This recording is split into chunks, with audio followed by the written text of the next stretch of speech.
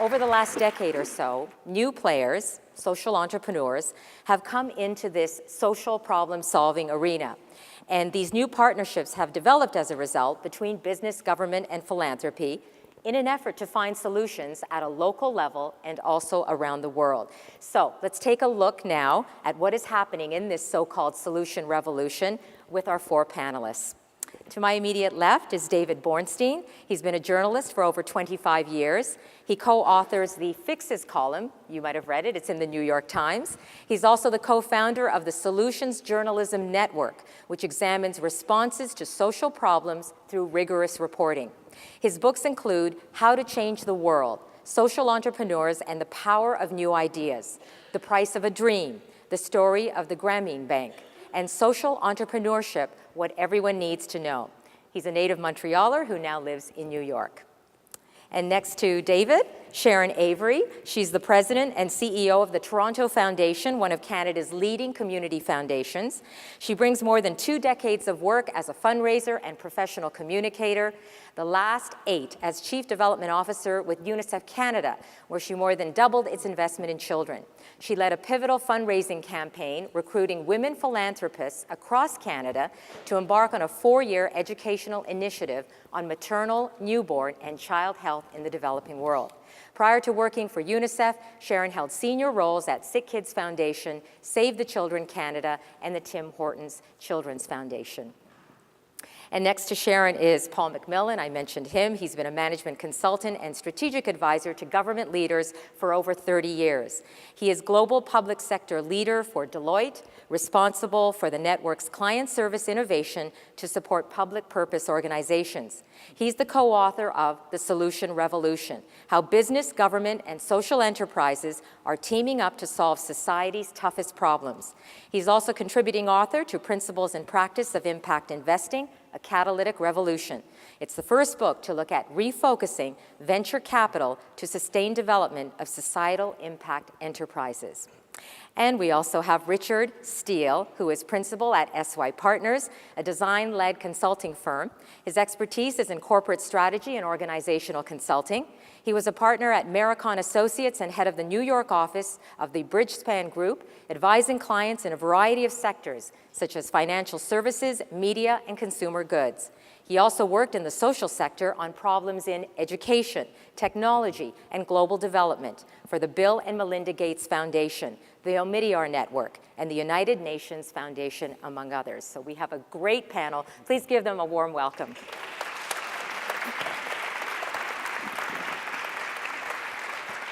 So I thought we could start off and just lay some groundwork for everybody so we have a basic understanding of what we're talking about. So David, I'm just going to start with you. The intersection that's happening between business, government, philanthropy, and journalism is a result of the growing movement called social entrepreneurship, which I guess has always existed in one form or another. But as far as today goes, how would you define that, social entrepreneurship? Well, I would say it's changed a lot in the last couple of years. If you go back sort of 30 years ago, it was defining the role of the entrepreneur who builds not only businesses, but leads and advances change processes. So institutions that take new ideas like Roots of Empathy and spread them, get them into sort of the DNA of society. So the amplifying force of the entrepreneur is just taking institutions to ideas, you can say. As that has moved, you see that there's many more people around the world who have agency and capacity just because of the spread of so many trends, that the field of social entrepreneurship is really evolving into much more of a kind of ecosystem where many, many more people, not necessarily starting organizations, but working within existing institutions as intrapreneurs or within governments are working together. And I think the next really, the evolution of the field right now is really getting to this, really what Dan talked about from differentiation, which is pin factories, to integration, which is these teams of institutions working together and sectors working together in concert. And that's really how the field has really evolved from individuals to great enterprises to much more of a networked and collaborative approach. Paul, I was really interested reading in your book, you actually put numbers to this whole field. Can you talk about that, about how big it is today? Well, it's massive. It's really big. Really big. Well, we started off, what we were looking at was what was filling the space that government wasn't meeting in terms of citizen needs or expectations.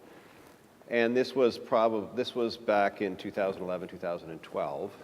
And I'll tell you what got us thinking about it was, for those of us who are from the province of Ontario, and you see the deficits that the province continues to run, and you wonder, what would happen if the province tried to balance the budget? Well, there'd be billions of dollars that would not be going into the economy in terms of the deficits that are being run, and what would fill that void? And you know, if you go back several years, you had things like FixMyStreet.com in Boston, where citizens were taking pictures of potholes and then, you know, providing them to the city to say, hey, why doesn't somebody do something about this? That got incorporated into how the city was operating. So we started to explore this space, so we called the solution economy. And it turns out that when you think about what the big foundations are doing, what the individual crowdsourcing and fundraising was doing with respect to individuals being able to make contributions to various causes through websites, through smartphone contributions, et cetera. And then what corporations were starting to do and how we were starting to look at socially responsible enterprises that could be large publicly traded enterprises. And this impact investment movement, which had an aspiration of getting 5% of capital markets earmarked to have a social impact. It turns out it's like $1 trillion economy. And something which was just starting to emerge and to grow with all kinds of enterprises and businesses, and some for profit, some not for profit.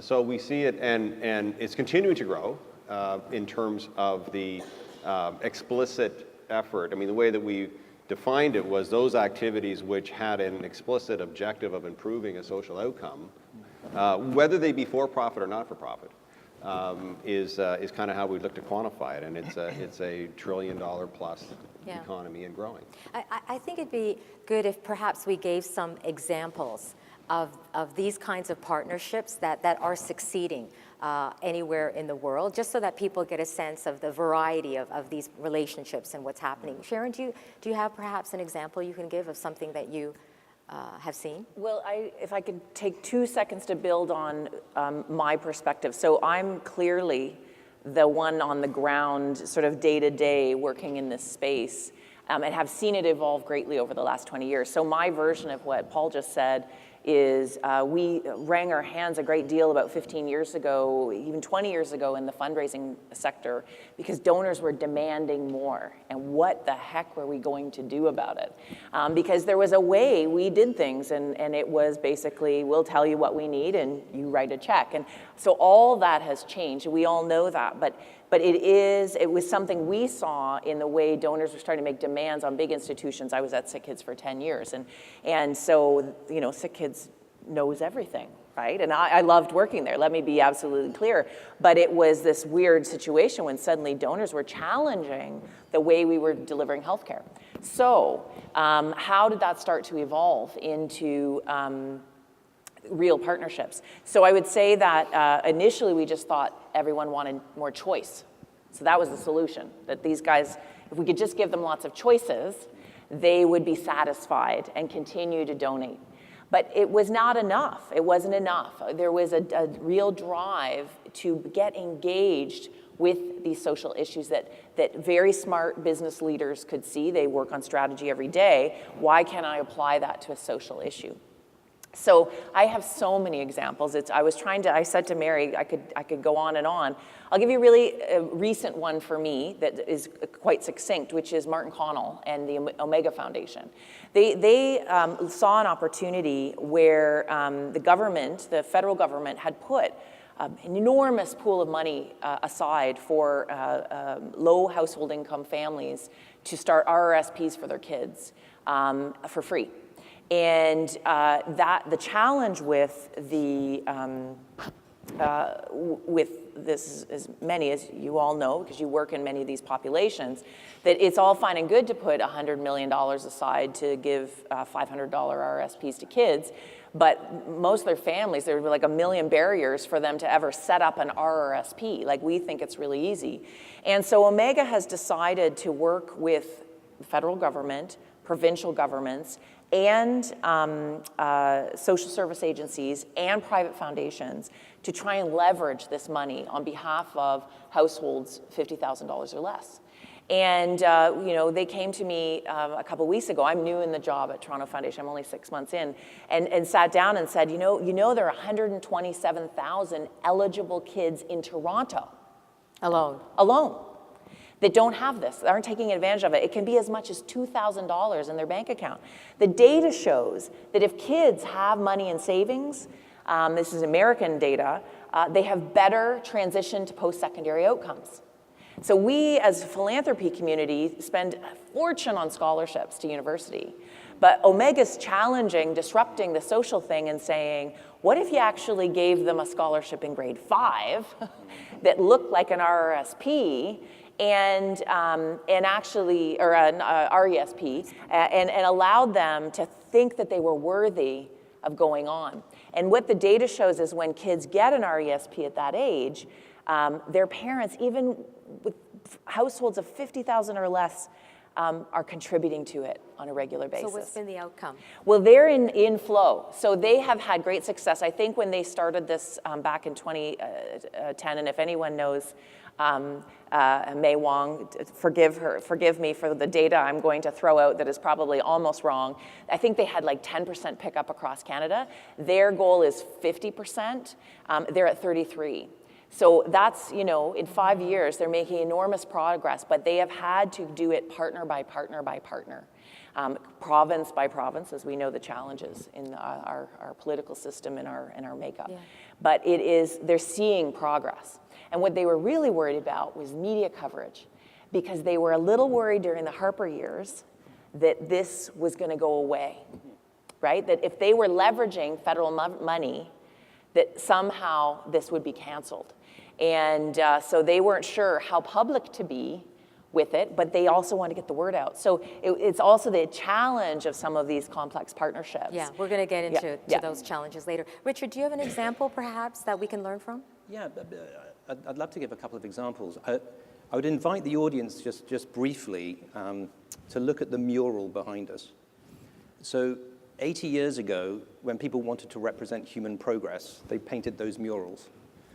They are about machines, metal, muscle, and manufacturing. And I put it to you that in 1977, if you wanted to paint a picture of human progress, you might have had those same 4 things. Bear in mind the smartphone was only 2007, really. So if you were now to draw the picture of human progress, I don't think anybody in the room would draw those 4 things. What we would draw, though, would depend very much on our generational situation in the economy. And I'll come to partnerships in a second. So if you ask my dad, he spent his whole time in that world. He happened to do something on computing, but basically 90% of his experience was that, and 10% is something else. If you then sit with a group of 20-year-olds and you say, paint this picture, well, it's not only men, let's just agree that. It's not machines that look like that. It's not manufacturing. It's networks and so on and so forth. So I think what's changed, and the true scope of partnership that's possible, and why we're not going back, and I don't know Canadian politics, but it's going to take more than any one politician to set us back, is demographically we've raised a generation, and the social entrepreneurship movement has really driven this, that wants to paint a different picture of human progress. It wants business to be responsible, the very core of business, not on the side, but the actual core of the business to be socially responsible, to address a human need. It questions philanthropy and says, by what right should you have these assets and have them be tax deferred? Spend them now. Spend them on needs now. Don't institutionalize them. So you see a movement in philanthropy about giving whilst you're living. And there's some evidence that when donors give now, they give in a different way than when philanthropy becomes institutional. They're questioning innovation in government. They're saying these services were built for this economy and not now. So we want to put technology to work, and we want to be engaged in different ways. We actually want to design schools. I can talk about an example in a second.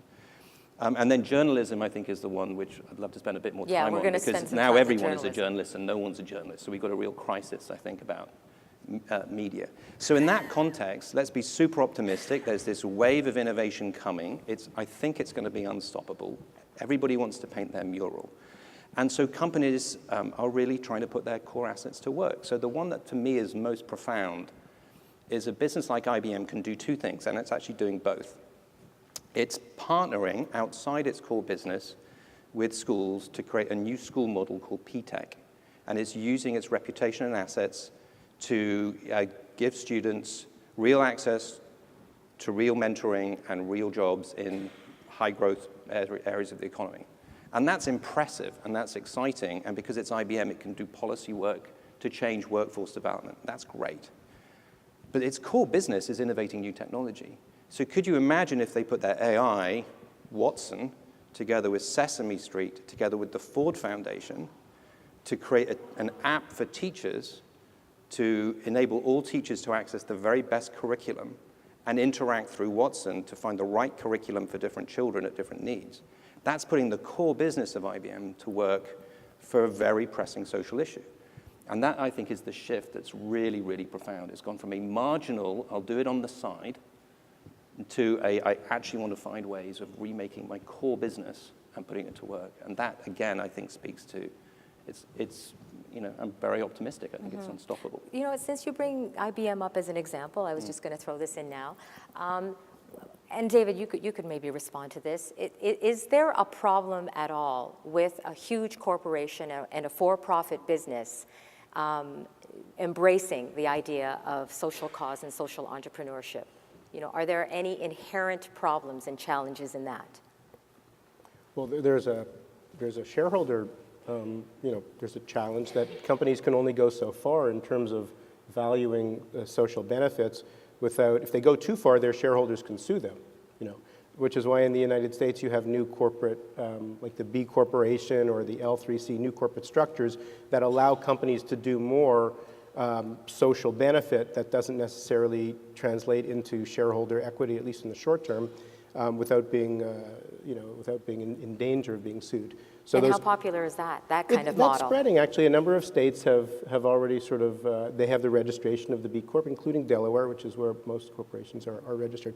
So, and then, there's the other thing, what happens when the recession comes and what's the first thing that gets cut? And so unless there's a very, very deep integration of this, that this is good for our long-term business, in the DNA of the organization, we've seen these social responsibility programs get cut very, very quickly if they're not seen as core to the business. Exactly. Yeah. So my concern, when I hear this, is Paul, you say it's a social revolution, right? A revolution means upheaval, and also, is it truly a revolution in that are these changes that are happening deep and long-term? Are they sustainable? So, you bring up business, that's right. Something bad happens to the business or there's a recession, then they drop out. Governments change. Every 5 years, you have another government come in, oh, we're not interested in that social cause anymore. So I think really getting this into the DNA of these, I've used this word 3 times, I'm thinking so much about biology now. But, if you, can I give another example? Yeah. Crisis text, or if you think of roots of empathy, who benefits from roots of empathy? These are all the people that ultimately should be making this, so if you're a company, you need people who have global competence, who have the ability to collaborate openly and easily with other people around the world. You need roots of empathy, or you won't have employees, and you probably won't have. If you're the government, you need people who are healthy, who are going to be law-abiding, who are able to have good, stable relationships in order for the society to function. There's all sorts of things that governments will cost very heavily if you don't do well. So government too. And if you look at the, philanthropy, what philanthropy is courageous capital. Who's going to put money into an idea at the beginning? The most innovative capital in almost every society is philanthropy. So to get these things up and going before anybody has the courage or the understanding even of the relevance, there. And then there's the journalism, which is, are we, what do we, it's like Dan was saying, what we pay attention to, is really important. And if we stimulate the fear response or the violence response, and then we put it on the internet and everybody gets to see that explosion, it will create a whole set of other, but if we see this response more often, it will create a whole different reality as well. I want to get to the journalism too in just a minute, but I hear what you're saying, and I think initially there's probably a lot of excitement in the early beginning, right, in the first few years, but I guess I'm thinking of the long term. Do you know, how do we ensure that people, all the partners involved, stay in this for the long term? Does anyone have a response to that? Yeah, I mean, I guess there's a couple of things. I don't know if this thing's working all right, or a couple of things that come to mind. If I get this, here we go. First of all, we talk about what is typically referred to as shared value. One of the things that's been curious for me and for some of our team has been looking at this idea that, you know, there's a lot of data that says organizations that are more socially responsible generate greater returns than those that aren't, or at least equal or better. Yet, most of the social responsibility programs that companies have tend to be sort of off the main line of the business. And I think there's going to be a significant change, which is that as markets start to pay more attention to how a company is being rated on its social performance. So within the stock market world, you know, they talk about ESG, environment, social, and governance reporting. And there's many aspects in the markets today which will try to will create an index of how a company performs on an ESG and how that relates to its shareholder price. The reason I raise this is because the environmental part really started off early because, you know, we're interested in greenhouse gas emissions and the like, and there's been a lot of work on holding companies accountable for that. The governance piece gets you into separation of chair and CEO and a bunch of good stuff at the board level. But the S part, the social part, is we're seeing an explosion in how social is getting measured. And I believe that the expectation of markets, journalists, and others on how well a company is doing on the social is going to become more rigorous. And that's because we're getting investment. So the impact investment movement, which is essentially looking at how would you measure social return on investment. Historically, companies have been able to essentially say, well, we have good hiring practices, and we've got, you know, an employee assistance plan, and we've got, you know, a couple of things that are actually not really, I would say, auditable or repeatable in terms of being able to verify what they're doing and how they're doing it. And so we're going to start to see purchasing, where are your suppliers coming from, where are they sourcing from, you know, hiring, core business activities, which the impacts on societies will become more transparent. And so the reason that I'm optimistic is because this will become, I believe, more ingrained within capital markets. And therefore, you'll see more companies trying to have the transparency that says that they're doing the right thing. And when you add, you know, everybody being able to show, you know, what the conditions of a plant are in Bangladesh or, you know, whatever the practices are of the company. So that's my reason for optimism. It seems to be taking longer than I would have thought because I would have thought that this would become more scientific in terms of how companies are managed. But it hasn't got there yet. But the social progress imperative, I know you guys are familiar with the social progress imperative, I mean, a global network of businesses trying to come up with better standards, the impact investment movement, which has become very large. There's a lot more management attention being given to the social part. Well, you know, just the fact, so I'm just going to say, the one remark you made, the fact that you said these companies that have a social consciousness, in the long run, they end up having equal or greater returns than strictly for-profit companies. You say there's a lot of evidence for that. I don't think that's a fact that's well known. Is it? Otherwise, why wouldn't everybody be starting a company like that if it's well known, right? Can I add Yes. a thought? That's the fundamental question. So let me add a thought here because I think so this is a personal experience. It's very interesting. I got the opportunity to go back to school to the Ivy Business School for an intensive, it's called the Community Shift Program. And it's offered to senior level not-for-profit leaders. And it's parallel to their Quantum Shift program, which is for entrepreneurs. And so fascinating, I was really excited about this opportunity, and I go, and I get in the room, and there's 45 C-level not-for-profit leaders from across Canada, And I'm the only one who's fundraiser. So everyone else is accountants, CFOs, CEOs.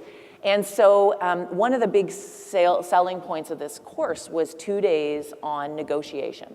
And the negotiation conversation was sort of plucked straight out of the MBA program. And I thought, this is really interesting. Like, I'm excited about this. And by the time we got to negotiation, I was well known in the room. People assumed, as a fundraiser who negotiated many, many multi-million-dollar deals, I would do the best in the negotiation. And I'm going to tell you right now, because they have a scoring system. I don't know how many of you have taken negotiating, but they actually put you through multiple scenarios. They have a scoring system. They put it all up in front of the class, and I got the worst score.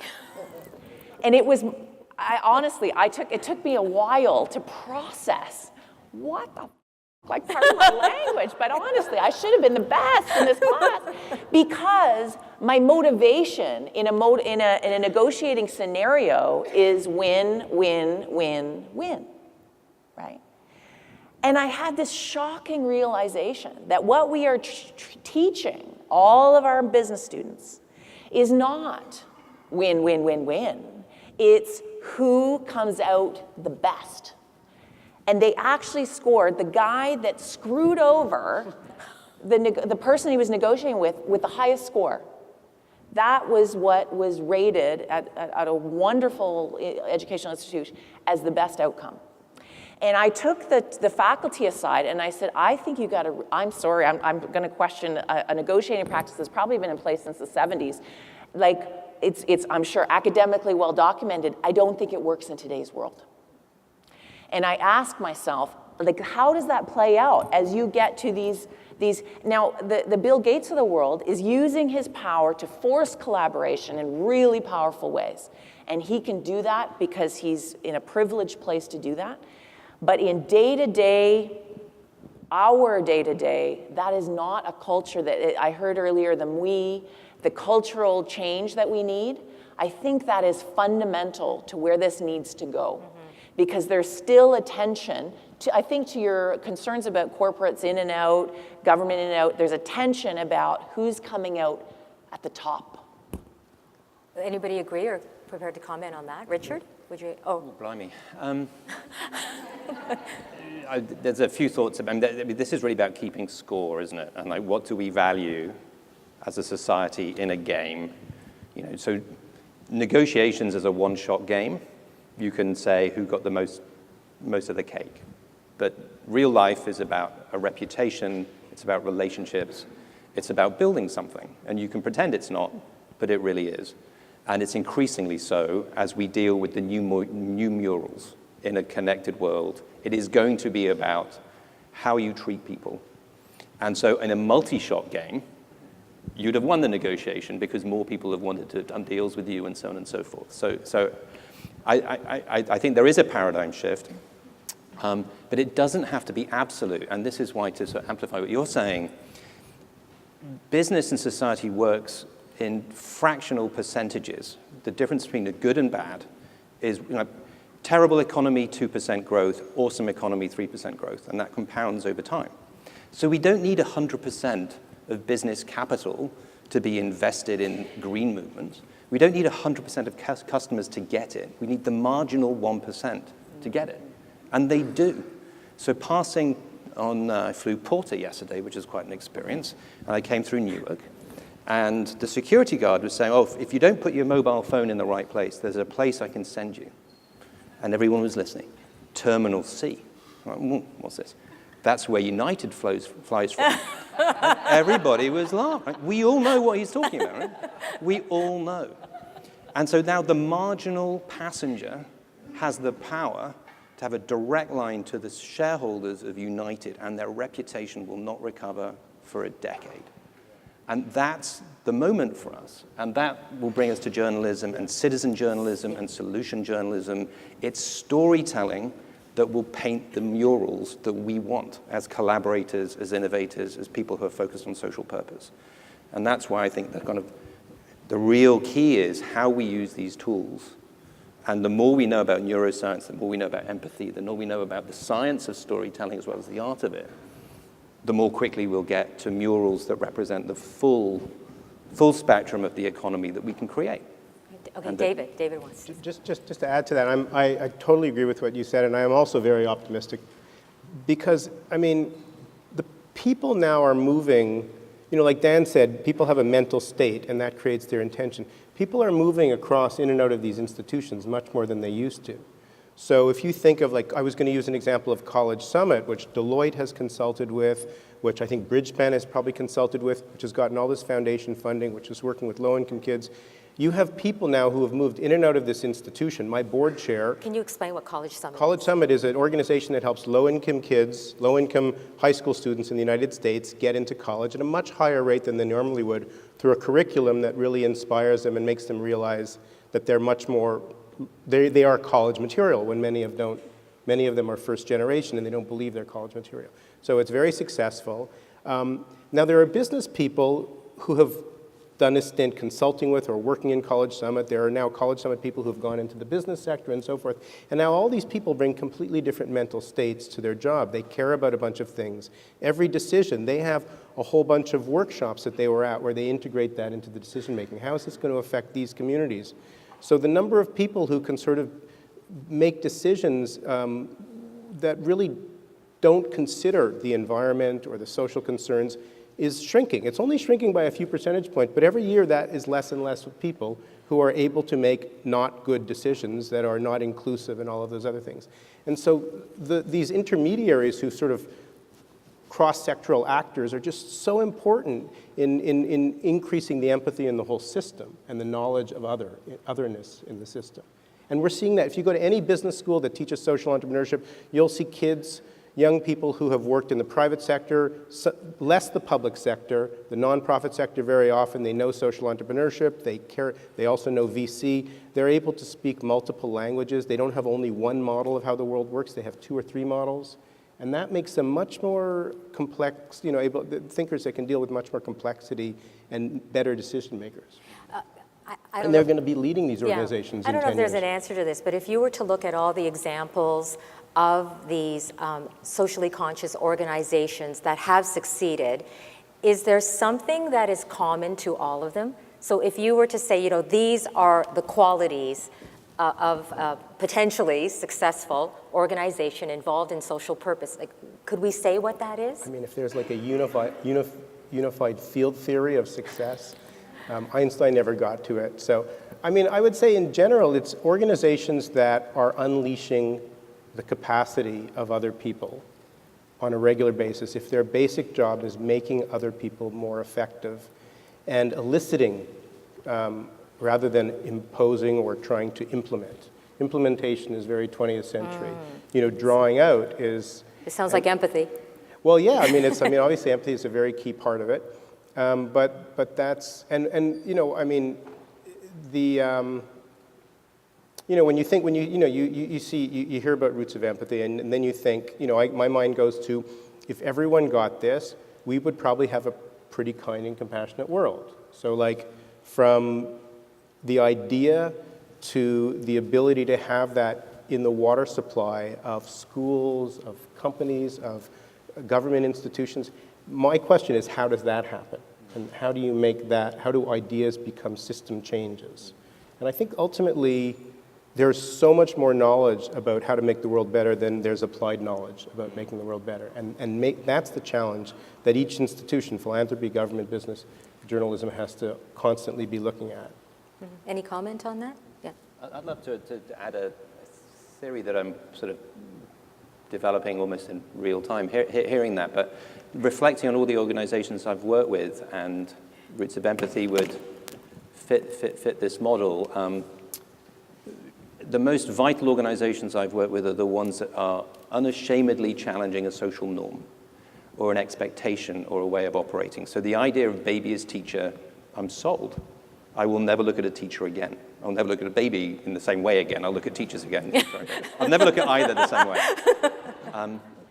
Then I think to your point about masteries, like documenting and building capability to implement a program or scale a program or to affect change. So I think of all the Ashoka's work, of which there are many beneficiaries, I'm sure, in this room, building the ability or experiences that give people mastery and a new set of skills. Can you just tell us about Ashoka? Oh, well, I mean, you can't really do justice to it, but I think one of the earliest, the intellectual and practice of social entrepreneurship, there's a few leaders who could say that they were there at the very beginning, and Ashoka and Bill Drayton is one of those organizations that has been a leading light for this way of thinking way before it was popular, or you could even get 4 people on a panel to talk about it, right? There were only 4 in the world who were thinking that way. So they're an important organization. And then the third theme, really struck by a notion of belonging, which goes beyond measures of diversity or even inclusion, and I see this in a Roots of Empathy classroom, is, and you see it in higher ed, right? Higher ed, people can get access now to higher education, but do they succeed in higher education? Often the case is not if they're first-time college goers, because the institutions aren't focused on creating belonging. They're saying, you're here, now be like us. And I'm really intrigued by how organizations that are kind of thinking about scale or thinking about movement building are really working on those 3 things. Like, what's the norm that I'm challenging? And that's a story I'm going to work with David to tell. And I'm going to look at it's going to be radical, it's going to be at the fringes, it's going to be innovative and creative, and then you'll get it. And we had that this morning, right? All of those amazing norm-changing ideas from Dan. Then actually gifting to the world, codifying what they know, and then making it available far-flung places. And then creating movements, creating structures, creating organizations that actually are really welcoming of all types of people. And that is, I think, what's going to propel things forward. So that's just a kind of a reflection and a theory. And there's a lady talking about native peoples and belonging. So I was planning to test the idea before you brought it up, but maybe we're onto something.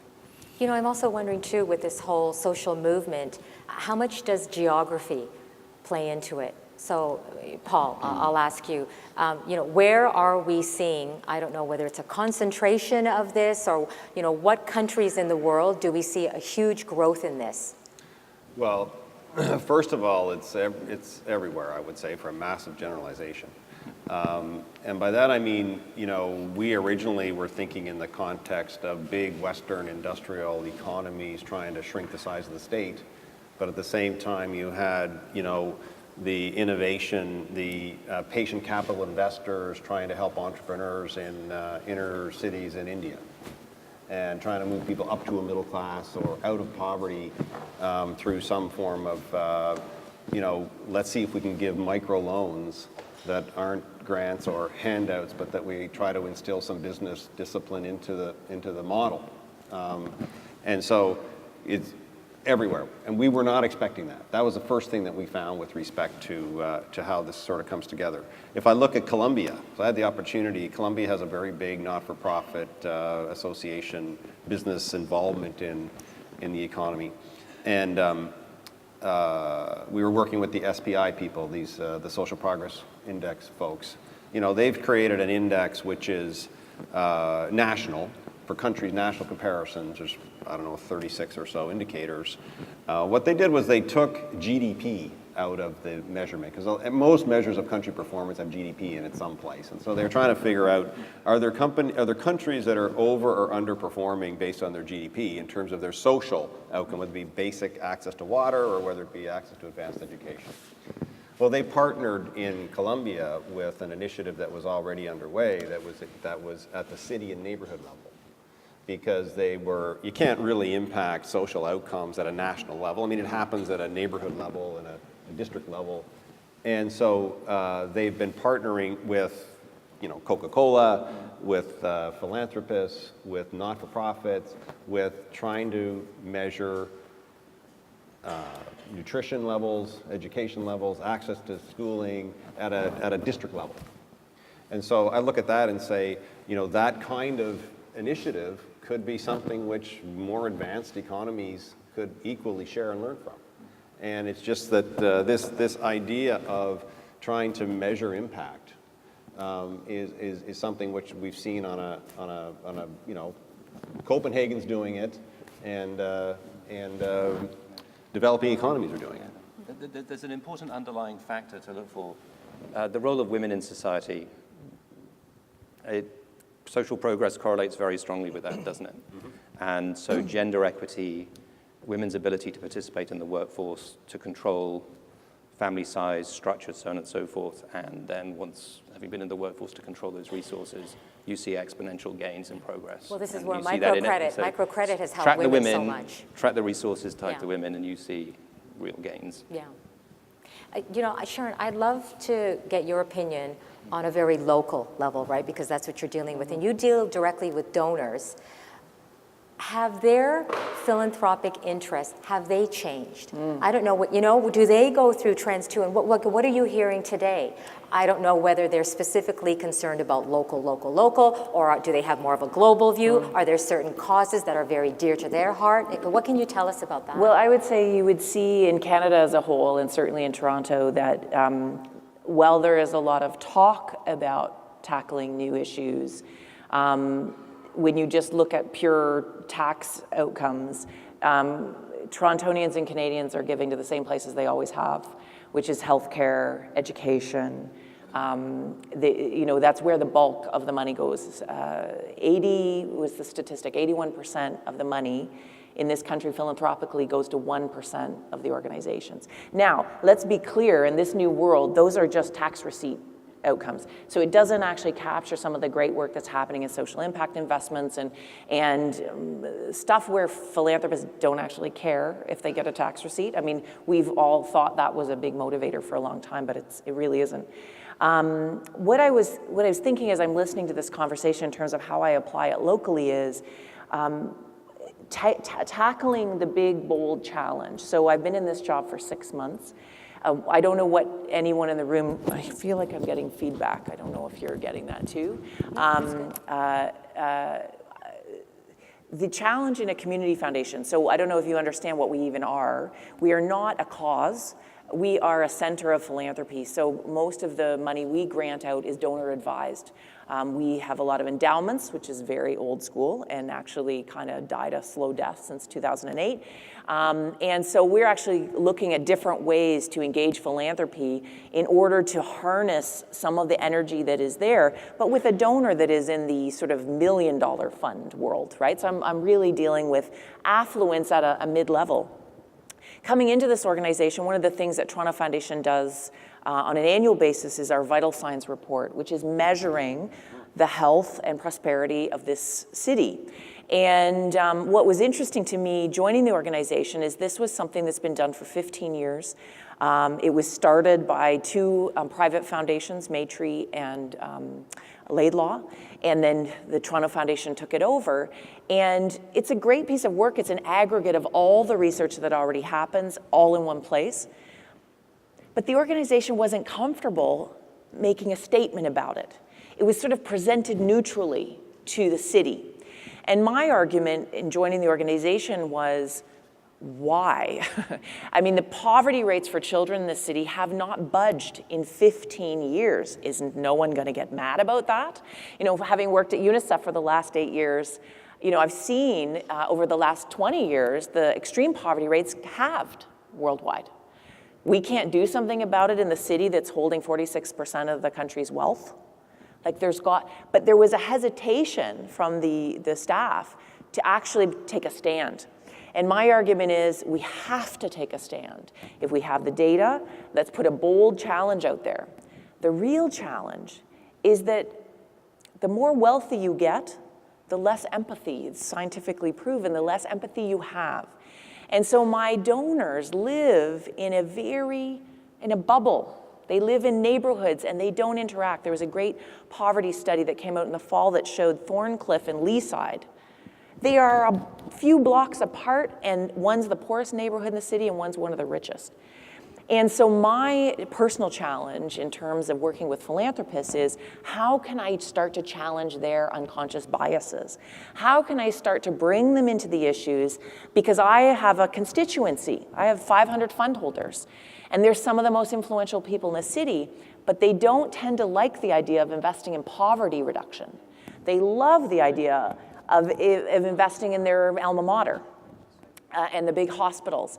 And so that's sort of where I think change needs to come, is really challenging the assumptions by bringing in smart people, having really good conversations about the intractable problems for me in this city, and starting to introduce them to the idea of issue philanthropy versus institutional.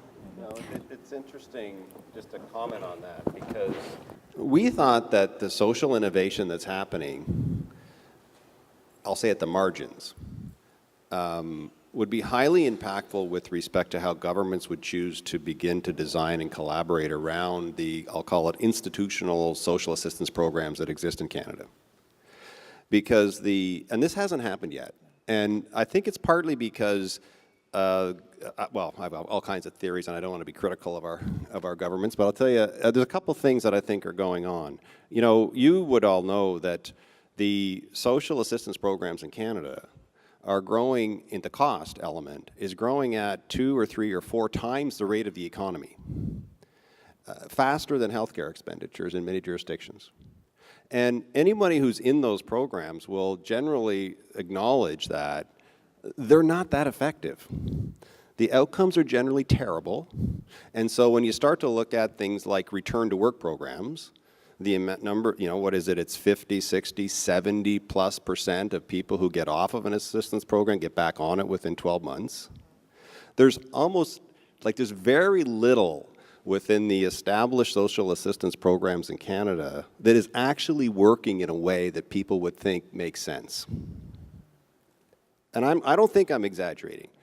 And so we thought that if we had this innovation at the margins, I'll call it, social impact bonds, impact investing, you know, and other initiatives, that would start to lead to some rethinking about the space that government is occupying. Not to spend, I'm not suggesting spend less, I'm just saying experiment to get better results. So why hasn't it? I think well, my one theory is because I think when you start to talk about it in Canada, it begins to sound like you're trying to dismantle the welfare state, and no politician wants to touch it, so it becomes very politically dangerous. And then I think it's because structurally, as you mentioned, you know, how the opportunity, it's easier to invest in, and I don't mean this in a negative sense, in a hospital wing or something which you can physically see, manage, and get, then to sort of say, well, you know, I'm going to invest in poverty reduction. And so I just think that the structures or something don't exist that make it, I'll say, easy for people to contribute, and I don't think the public sector systems are encouraging it. Is it also, I'm wondering, I mean, are there possible solutions or experiments already out there that the government either doesn't know about or chooses not to embrace? Do you know what I mean? Are there actually, because sometimes it's a matter of we don't even know what's out there. We don't even, or we're not asking for the answers. I mean, there's so many different ways now where we can get answers right from, well, let me bring journalism in here now. I think this is a good time. What about the role of journalism in everything we've been hearing about? We have provided information to governments doing solutions journalism in order for them to hear about models that they're not hearing about. I mean, the whole theory of change of journalism doesn't make sense if you understand what Dan understands and how the human brain works. I mean, journalism's theory of change would be something like, when we tell people how things are broken, the world will get better, right? Which makes no sense. It's like if I point out my child's shortcomings at breakfast every morning, he will become a better person. He won't. He'll end up in a home, you know, in an institution, right? So what do we do if you want someone to improve? You create feedback systems and you let them know what's the problem, what's the nature of the problem, and what are the things you can do about it. And you do it in equal measure. You know, as a matter of fact, the long tail of those stories, once people are already aware or outraged, there's much more about what we can do about it, where you have to keep the pressure on, because you can do better. There are, you know, and almost every social problem that we've looked at, and we've worked with 100 news organizations and thousands of stories, there's kind of like a bell curve of performance. You look at hospital dropout rates, or homelessness, or hospital infection rates, high school dropout rates, or hospital infection rates, or whatever the issue is, you'll find there are a lot of people clustered around the mean, and then there's really bad actors, which are on the left side of the bell curve, and then there's positive deviance on the right side of the bell curve. Journalism spends all of its time looking at the worst actors to mobilize outrage and resentment and get people fired up. And they never look at the positive deviance where all the knowledge is, all the learning. So 2 or 3% of every community, every institution are doing way better than the other 97%. And the feedback system should be to get people aware, make sure that they understand the problem, make sure that they care, and then they know what could be done, what are the possibilities that we have, you know? And the way I think of it is like the answer is in the room. And the room may not be your institution, it may not be your city, it may not even be your province, it might be the country. But the answer, there are better things that you can do. And as we've started working with news organizations with this model, we find their biggest problem is travel funds. Because suddenly the reporter in Seattle says, oh, we want to do a great story on parent engagement in low-income schools. The best model is in Chicago, the Logan Square Neighborhood Association. Or Cleveland wants to really get the health department to reduce lead paint exposure, where 50% of the kids in some parts of Cleveland are exposed to lead paint. I mean, it's a public health catastrophe. And Rochester has reduced lead paint dramatically over the last 10 years. So they send their reporter to Rochester to go bring back the innovation. And now the discussion is not, we're going to do this big watchdog story and everyone's going to be fatalistic and feel powerless and think government never works and, you know, woe is us. But they'll say, hey, why aren't we doing what Rochester did? Are they smarter than us? And so you create pressure, but you create activists, you activate people rather than making them fatalistic. And I would argue that the philanthropists who don't think or don't care about reducing poverty don't believe that they can reduce poverty. That's their problem. If there's 10 or 20 examples that they have in their heads of better things we could be doing, really smart things, and they're able to call upon them more quickly, and every day they read about 3 of them as soon as they turn on their iPad, they will be investing. People love to invest in things that are working. Most people want to make things better. They really do. And governments, by the way, want to too, but those idea distribution, cross-pollination platforms don't exist in government. We have created idea memos for government institutions based on journalism, so the county health supervisors in California can hear about better ways of dealing with obesity or diabetes or homelessness and things like that. And we're like, you don't have one of these already? I mean, there's medical journals, there's journals. I mean, what you say, it does make sense on one level, but I'm sure that, I mean, if I turn on the radio or watch TV of news for a whole day, I can bet that there will not be one headline, like the first story will not be positive. No, never. Right? Never, right. Never. So, well, this is the thing, because, so we have changed practices in a lot of news organizations, and they range from the BBC, right, really big. But was it a tough sell to start? Because oh, really, are you kidding? We walked into newsrooms and people had their arms crossed like this. Like, what are you? You're going to turn me into an advocate? I mean, everyone was defensive. Well, and we write for the New York Times. We have credibility, so we can walk in and my colleague Tina Rosenberg, she's won the Pulitzer Prize, the National Book Award. I mean, she's like a 5-star street cred journalist. So we go in there and we say, you know, you're not. First of all, you're not telling a faithful story. You're not actually reflecting society as it is. You're giving this extreme bias by focusing on the negative deviance. That's not even true. That's like a landscape with all the trees airbrushed out of it. It's not real. Secondly, you're not giving information to people that actually helps the community improve. And third, once you start doing this, and this is the kicker, your time on page goes up 25%. Your engagement goes up. Your shares go up. You actually have companies coming to you and saying, can we sponsor your newsletter? Because these are really interesting stories about it. So you track this, you have evidence behind this. So it begins to help the business model and the engagement. And suddenly people get together, they want to talk about, wow, this interesting parent engagement model, what could we do about it in our community? And that's not a how did we get here and who's to blame conversation. That's what's our next steps and how can we work together conversation. And people are yearning for those kinds of conversations, especially in the United States, where we are at Thanksgiving dinners killing each other. So, I mean, what I'm hearing from you and some of the others, it's very positive, right? This field is growing, social entrepreneurship, businesses, governments, philanthropy, getting together, people want this. So why is it, though, that seems so at odds with what else is going on in the world when I see more isolationism, protectionism, exclusion? It's the narrative. The ratio of social entrepreneurs to terrorists in the world is probably 1,000 to 1. It's probably not even close. There is so much more destabilizing positive changes than destabilizing negative changes. It's true. 50 years ago, 1 billion people lived in democracy. Today it's 4 billion. 50 years ago, 44% of the world is literate. Today it's 83%.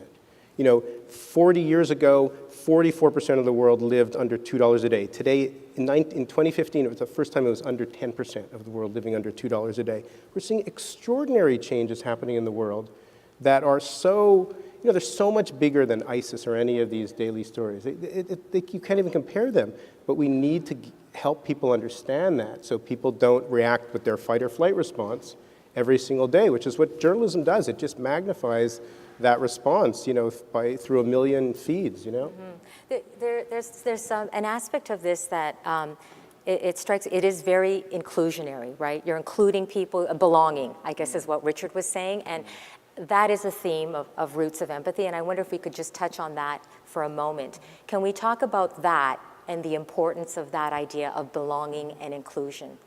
Sharon? Well, I'll go from a very local standpoint, which is in order to, so my philanthropists have the same problem, right? They are only exposed to what we're all exposed to, which are a lot of negative messages and a lot of, I think you're absolutely right. One of the reasons they don't have an interest in investing in poverty reduction is because they don't think it's possible. I think another one of the reasons they don't invest in is because they think that they have their own internal narrative that says it's, if they wanted to help themselves, they would.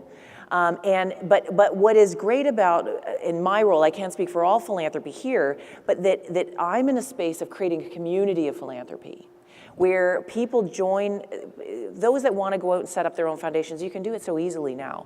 But if you want to set your foundation up with a community foundation, you're actually saying, I want to belong to something that is bigger than me, that allows me to go on learning journeys. The guy that should be sitting here is right over there from Germany, Michael, who takes philanthropists to Greenland to expose them to the real, in-your-face climate change issue. Because we need more. We need to challenge their belief systems, but I don't want to judge them, right? I don't want them to feel guilty that the gap between rich and poor is so wide, and I talk about that all the time, and it's not because they should feel guilty about being rich, but because we want to bring that a healthy society has a more robust middle class. But I want to challenge those in a non-judging space that is about belonging to something bigger. And I do think at the end of the day, what we're all looking for in this very disrupted world is a sense that I can be part of what is going to be good going forward. And that's what I want to create. So we're just running down to sort of the last final minutes, but we can spend some time on this. I wonder if I could just bring up then, what do you see as the challenges going forward for social entrepreneurship, organizations, people getting together, these partnerships that are forming between business, government, philanthropy, and journalism? What are the challenges that we need to address in order to move it up? I mean, Paul, as you were saying, you couldn't figure out, well, why isn't this bigger? Why haven't these organizations scaled up to the way other businesses and large corporations have scaled up? So what do we need to now think about and act on? Richard? I'm not necessarily that worried about any one institution scaling, because if the idea scales and is adopted by many institutions, maybe that's better. And so, I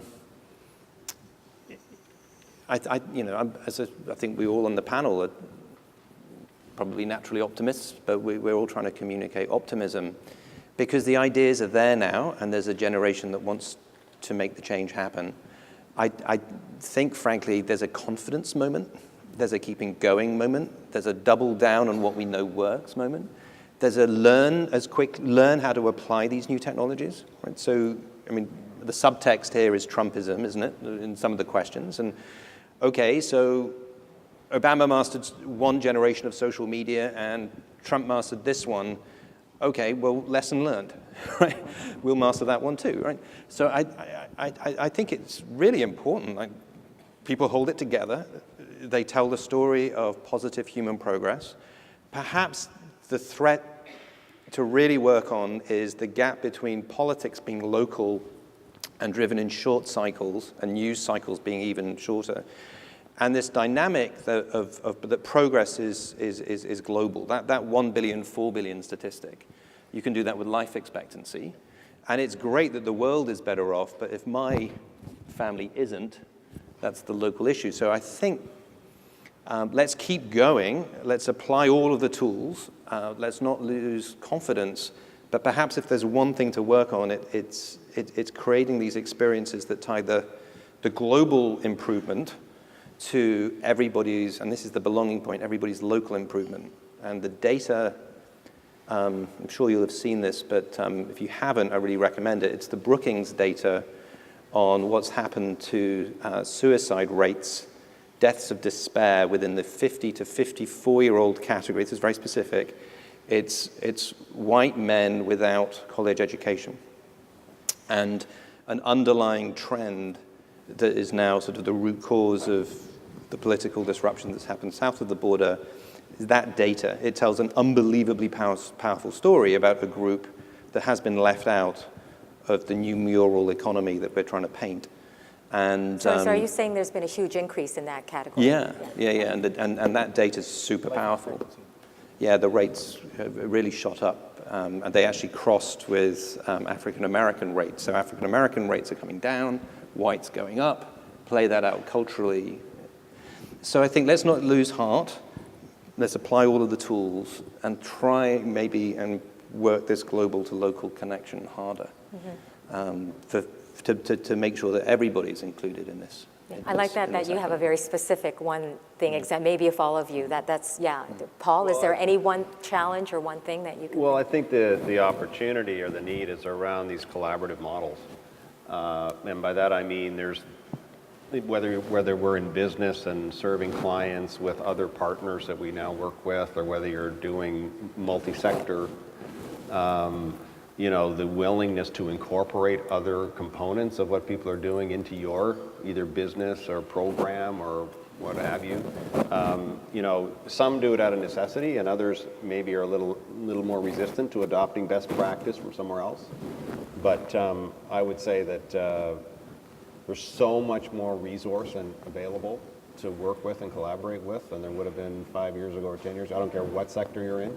That I would say that the opportunity is to really raise the game on how you partner and collaborate with other parties. Do you think it's just a matter of time? Do you think it's actually inevitable that we are moving to this and businesses will move to this? Or is that being too hopeful? Well, it's always a relative scale, but I think the notion that there'll be much more awareness of impact is inevitable. It's certainly not going to go backwards. And the likelihood that it becomes part of an ethos or part of an operating model for a business is certainly much greater. Sharon? So for me, I think getting government to better understand the opportunities, a very, very small example of how government actually has always talked public-private sector, always. Public-private partnership, public-private, but they don't think philanthropy as the third P, and because they don't understand it. So a very small example, worst day of my life, doing the campaign for the Women's World Cup, we were soliciting 60 women across Canada to be part of a learning journey on maternal, newborn, child health. They were each making $100,000 gifts and then traveling with us for 4 years in this learning place around deaths of women and children. The government up front was very excited because we pitched it to them as build on your platform. You've invested so much in the Women's World Cup. What a great platform for you to also talk about your global position in maternal, newborn, child health. Loved it. Will match every gift. That was their commitment. First time they ever done that. Halfway through, there was a conversation that happened in Ottawa that suddenly, are we paying for rich women to fly around the world? Now, let's be clear, no, these women are paying all their own expenses and making a gift, but they could not understand that anyone would ever do that, right? And so they actually called, yeah, totally, they called and canceled it. And you can imagine, the worst day of my life, I'd already recruited half the women.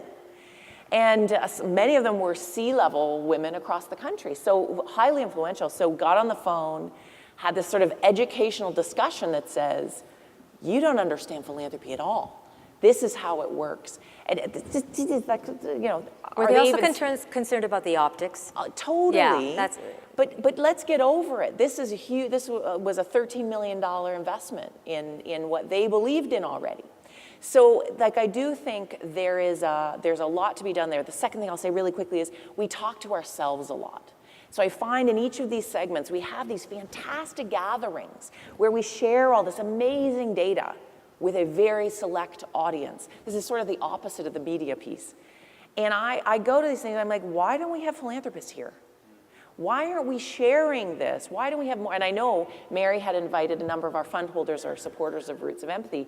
Like, I want to get them in these rooms, in these highly technical conversations, because they're smart enough to understand. And to your point, their brains grow. And suddenly they understand differently and they go, I want to be a part of that solution. And so I think that's the second piece that I'm looking to bring my fund holders into unusual spaces, to have these conversations with the experts. I don't want to be an expert on everything. How do we expose them more? Well, you can't negotiate, right? No. I mean, No, I don't know. I I'd be working on that if I were, I suck at negotiation. David. Well, so we're so focused on journalism, and we, you know, November 9th, like every other good institution, we had an all-hands-on-deck meeting. What do we do now? And there's two data points that have really stuck with me about this election. One of them was a RAND survey that was done earlier last year, where they tried to figure out what predicted whether someone would vote for Donald Trump. And it turned out that the most predictive factor wasn't gender, it wasn't age, it wasn't education level or income, it wasn't attitudes towards Mexicans or Muslims. It was whether you agreed with the statement, people like me have no say. And if you strongly agreed with that or agreed with it, you were 86% more likely to vote for Donald Trump and less likely to vote for all the other candidates. So it was really the sense that there's all of these people out there who feel no agency, no sense of power, like real powerlessness.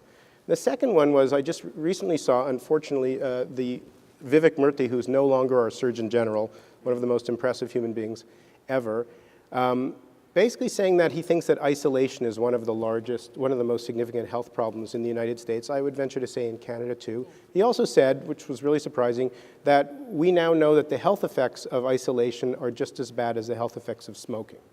Okay, so we have some really big social problems, and we thought as a news organization, what can we do? So one of them is telling stories that really show how citizenship works, how you have power in a democracy, how you don't have to throw a wrench in the machine, you actually can make change happen, and there's lots and lots of examples.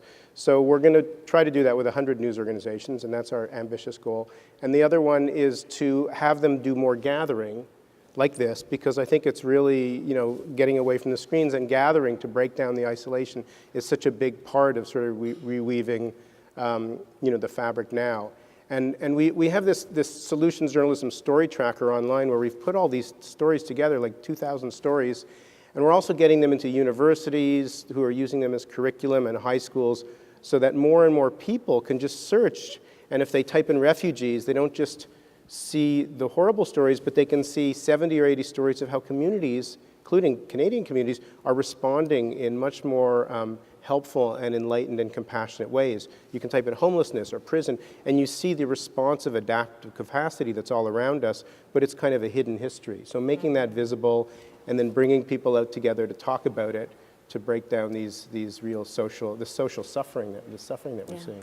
To your point about the research on isolation, when I was hosting my weekend morning show, I used to have this doctor who came in regularly, and I remember we had a conversation about happiness, and he was saying that the one thing that they have found that contributes to happiness in people's lives is connection.